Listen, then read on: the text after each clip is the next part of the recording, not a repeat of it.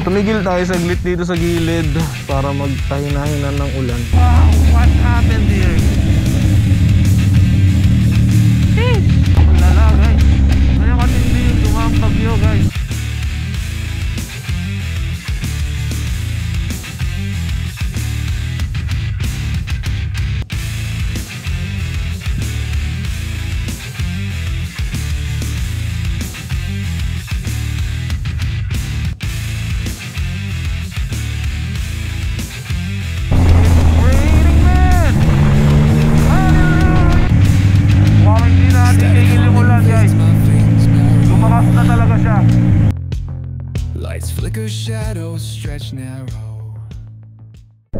What is up mga kulisa? It's your boy Kuya Juicy and we're back at it again for another episode of our vlog. At last nakapag-content na po tayo after 2 weeks. Bali ngayong episode na to guys, pag-uusapan natin kung kamusta ba si 675NK after 3 months of ownership natin dito sa halimaw na to.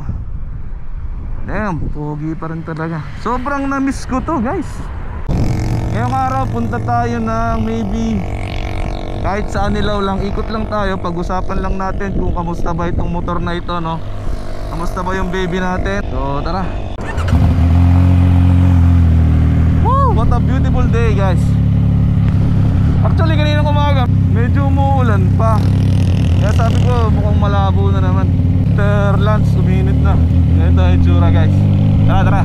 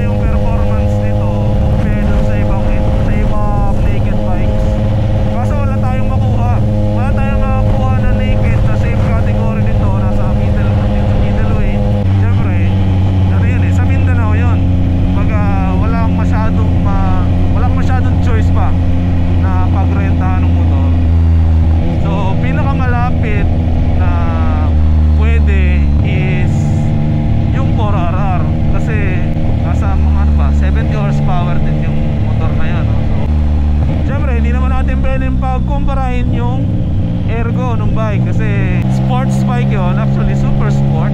At ito naked, so maka-relax dito, no? Kumpara doon, talagang babaltahin niya. Ang napapansin ko doon, nung ginamit ko yun, since yung dinahak natin na ruta is medyo uphill, no? Ang inang humatak talaga sa lower end ng inline 4. Grabe. May mga times na namatayan ako ng makina. Siguro bulok rin talaga yung skill. Pero iba kasi to eh, kahit pabayaan mo to sa segunda, huwag ka mag-clutch, wala kang, tapos bitaw ka sa siling na doon, itatakbo ka nito eh, hindi ka mamamatayan. Ganun kalakas yung makina nito. Nakakaka ako eh, kasi dati meron naman ako naging motor na may clutch, eh pag binibitawan mo na yung siling niya doon, usually dapat mamamatay na yung makina, di ba, pagbabagal. Ito hindi, itatakbo ka niya. And ayan na nga, malakas ng ulan. Tingin muna kaya tayo rito at mag-discuss tayo ng konti. Malakas pa rin naman kasi yung ulan. Yan guys, pakita ko lang ulit sa inyo yung motor guys. What a beauty. Kaso putik. What a beauty guys. Look.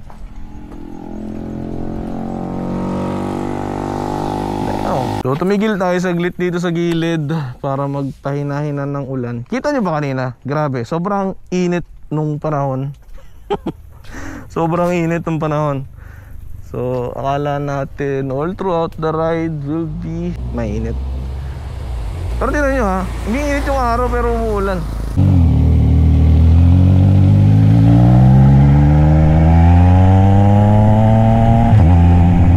Handling, grabe ka-nimble tong bike na to. Mas na-utilize ko na yung pagka-nimble kasi mas nagagamay ko na siyang dalhin. Mas nagagamay ko na siyang i-drive, i-ride. Nung una kasi medyo hesitant tayo, syempre first time natin mag big bike, medyo matagal din tayo noong huling nakapagmotor. So ngayon, kahit paano nag-gain na tayo ng confidence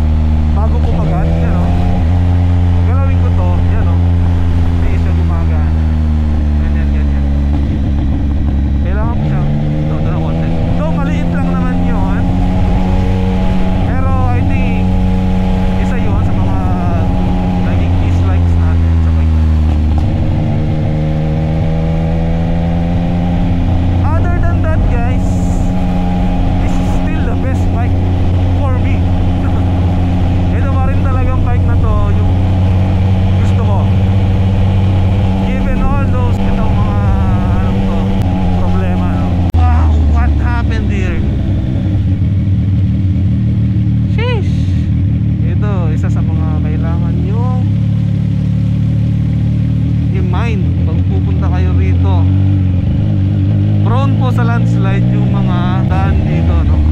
Yan, no? Daming landslide. Sana walang na-block na way, guys.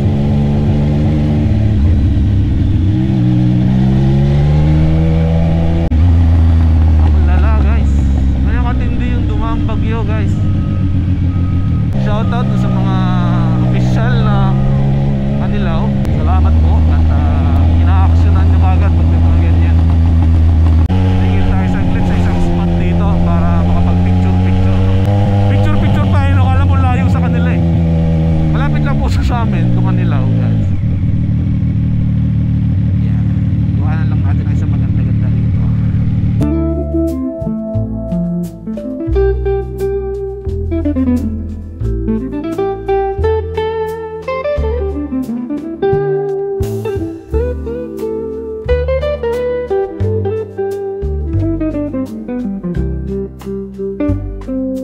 Ganong kaganda rito. Yeah. Kaya pwede nyo i-consider si Anilao as your next loop. Kasi loop to eh, pabilog to. Yung pinasukan natin kaninang kantor sa harap, yun din yung iikutan natin mamaya pagbalik. So hindi kayo maliligaw. Isa lang yung daan. Isang loop lang. Ganto dito, grabe. Kung gusto niyo lang magmuni-muni, ganyan, may mga ganitong view deck, tambayan, ganda rito. Mga ilan-ilan nga rin dito na mga nakatambay.